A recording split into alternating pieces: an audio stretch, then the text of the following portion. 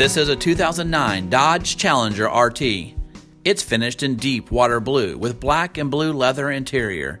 It has a 5.7-liter V8 Hemi engine that puts out almost 400 horsepower.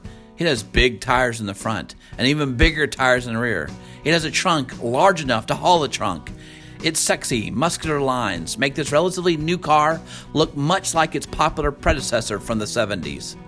It's got cold air, comfortable seating, and a great stereo system.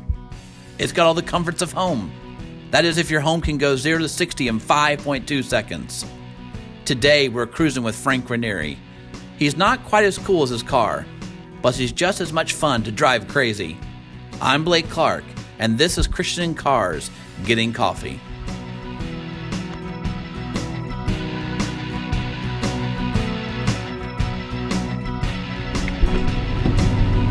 Hey, Mike. Hey, Frank, how are you, man? Still pulling in here. Good to see you, man. Super fast. Yeah, I love it, man. I won't leave you waiting. This is a beautiful car. Hey, thank you. I love it, man. It has been lots of fun. I bet. How you been doing? Yeah, doing great. Awesome. Well, you want to go get some coffee? Let's go get some coffee. Good on you. Yeah, these. What year is this? What year This is a 2009 That's Dodge beautiful. Challenger. Dodge Challenger. They started coming back out with Challengers. When was that? When they when they brought these cars back out? This is the second year. So 2008 was the first year they reissued them, or kind of imitated the car from the 70s that everybody loved. Yeah.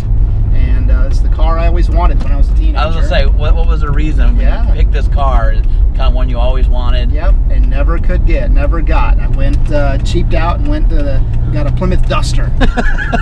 But just doesn't have the same name, right? Nope. Doesn't have the same feel to it. Right.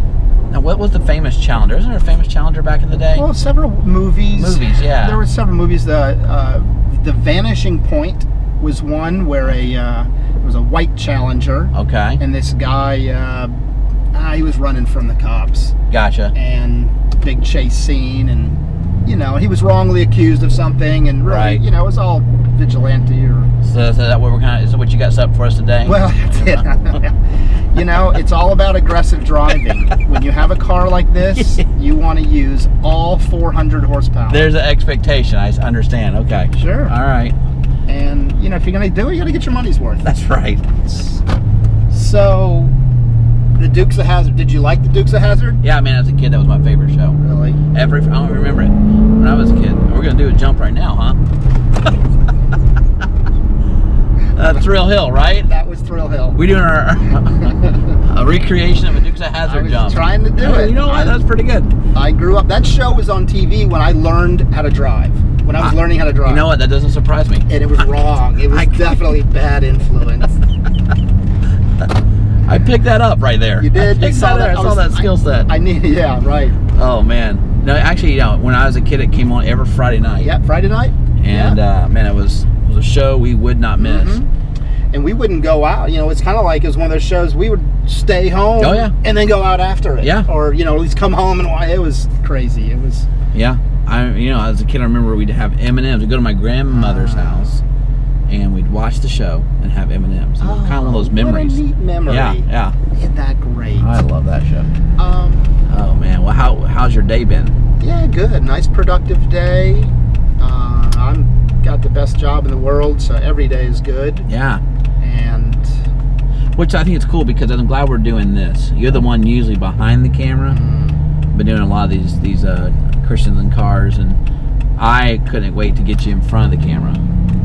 Get you, have a beautiful face, I appreciate make that. you a star. You can thank me later. Make the car a star. Yeah, really, man. No, I appreciate that. It's a great series. I've been happy to be involved, and it's been lots of fun. Yeah, I've really enjoyed being a part of them. Hearing people's stories. Oh my gosh. Yeah. So tell me, how did you and Melinda find Radius? Well, we were going to a church that we had gone to for many years, and we were involved in the church, the youth program, and over the years, different youth pastors had come through and then gone on to do bigger and better things, and this one came through that was special. He had something special about him. And then I showed up.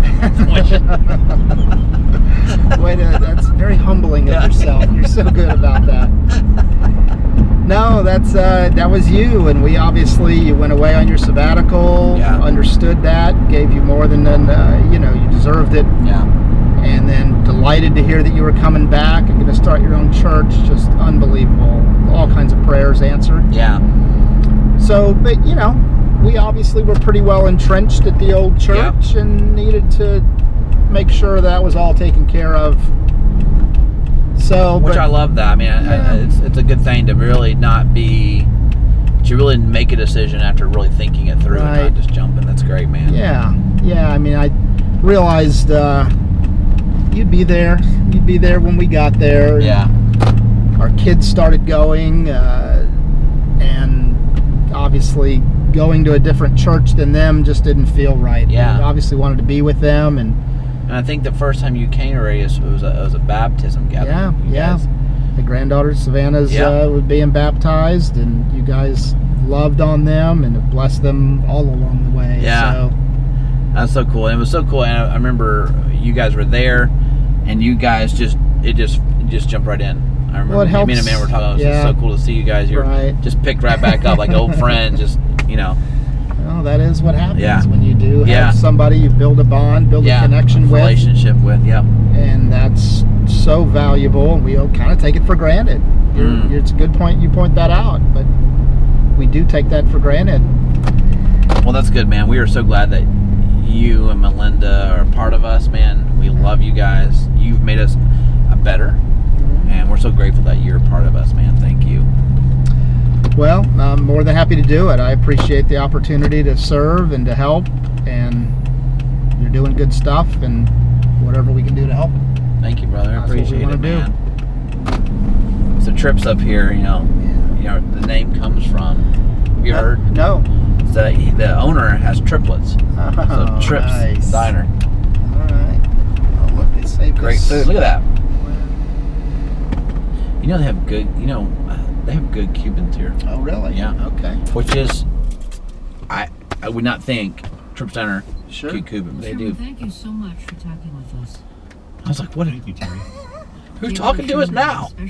This is your production team in Seattle? She did my outro. Thank you for talking with us. That's great. Let's go get some coffee. Yeah, let's go get some coffee.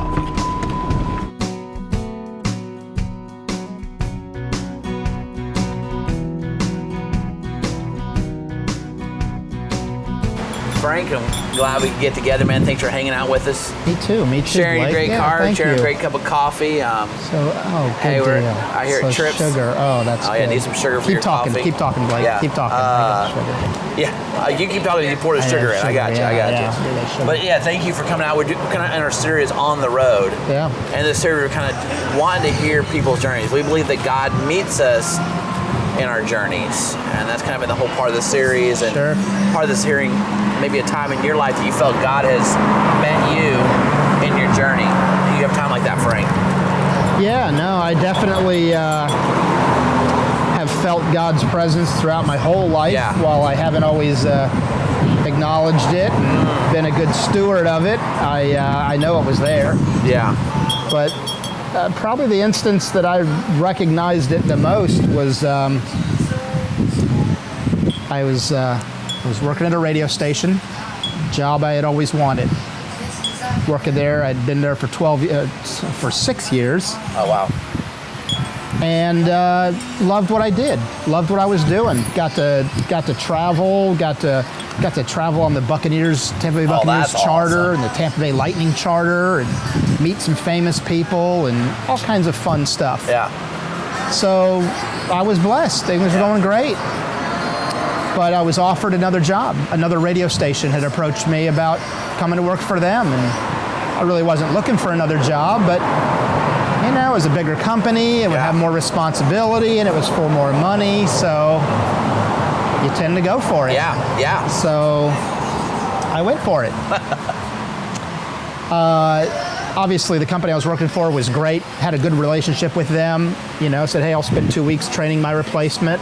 That's good. Yeah, that's doing awesome. that all the way I was working out. So about 10 days into that 2-week training period, I get a call from the new company saying, we're going to merge with another company, so the position we were hiring you for no longer exists. Oh, and you've already told your... Oh, I was out. I was final days, just a couple days from leaving. Wow. What a scary place. Oh, completely scary. We were devastated. Like I said, it was a job I loved. I wasn't looking to jump ship or anything like that, but now I'm without a job in a sense, and in a field that really, it's not like a job that there are a lot of positions like that. It's pretty unique. I'd probably have to move to another market to do that same type of job. And obviously, I was working in my hometown. I was where I love. My family was there. We were 2 young kids. Yeah. So you didn't want to uproot. Yeah. I know a lot of people do, but I didn't want to. So, yeah, we were devastated. But God gave us peace. We really never felt worried. Of course, we had questions, but you felt God's presence, even when it was seemingly a dead end, kind of stranded. Sure. Stranded between two things. Yeah, I was definitely. I was on that. I was on that deserted island, but God was my. He was there. Yeah.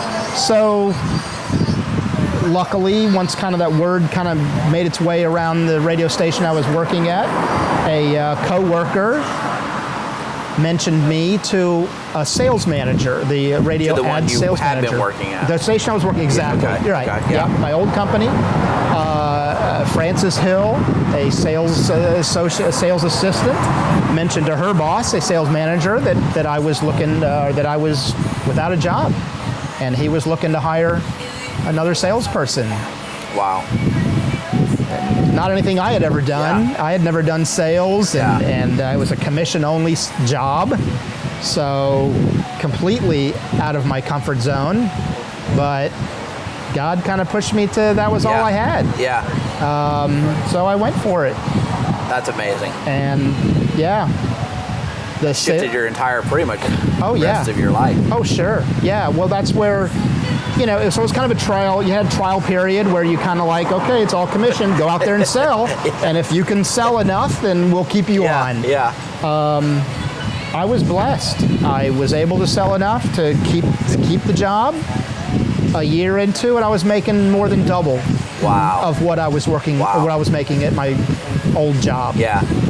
And before I was on call as an engineer at the radio station, I was on call all hours of the night. I'd get calls and have to go deal with things. And like I said, I traveled, so there was some travel involved, but the new job didn't have any of that. I was able to be home with the family. I was able to ended up being a better job. It really was a better job, and one that I wasn't even looking for, but God said, here it is. Yeah.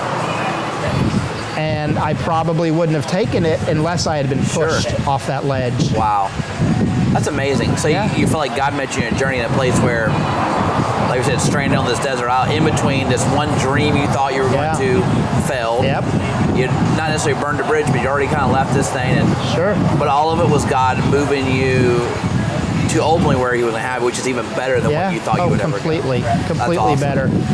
No, it was all, And even today, what you do now, right? So that having confidence, having that peace of mind, even through that rough time, gave me the confidence to then break out on my own and start my own business 6 years after that. Wow. And that was 14 years ago. That's awesome. That's so cool. Yeah. And it's almost like you just got to trust God, right? Because He is preparing you for... You didn't know when to start business. I had no idea. Yep. You didn't know what you needed to start, but doing that, He put you in place to learn and grow and experience. Yeah. That's awesome, man. Yep. He knows. It was all stuff that I truly wanted to do and I love to do, but it took Him to know it. Yeah. Yeah, and not to kind of freak out in that moment where it seems like everything's falling apart. Sure. To wait. Yep. No doubt. I think that's awesome, man. No, so that's my journey with God. Yeah. One of my journeys with God. Yeah, right. Many of them. Mm-hmm. Well, that's good, man. Frank, thank you so much for sharing that story. It's powerful. I think we've all found our place in that moment, those times, and just see what God's done with it. It's really cool. Yeah. Thank you for sharing. Thank you for sharing. You're welcome. Thank you. Great cup of coffee and sharing your beautiful car. Yeah, well, that's good fun. I appreciate it. Always good having a co-pilot. Yeah. Hey. Count me in for that any day. We didn't slide across the hood. We were talking to Dukes of That's Hazzard. right. We didn't Yeah. do that. Maybe we'll do it on the way out. Okay. Yeah. That's great. Good job. Thanks, Frank. Got to get some more sugar in here. It's just not Not cutting it. not this sweet enough.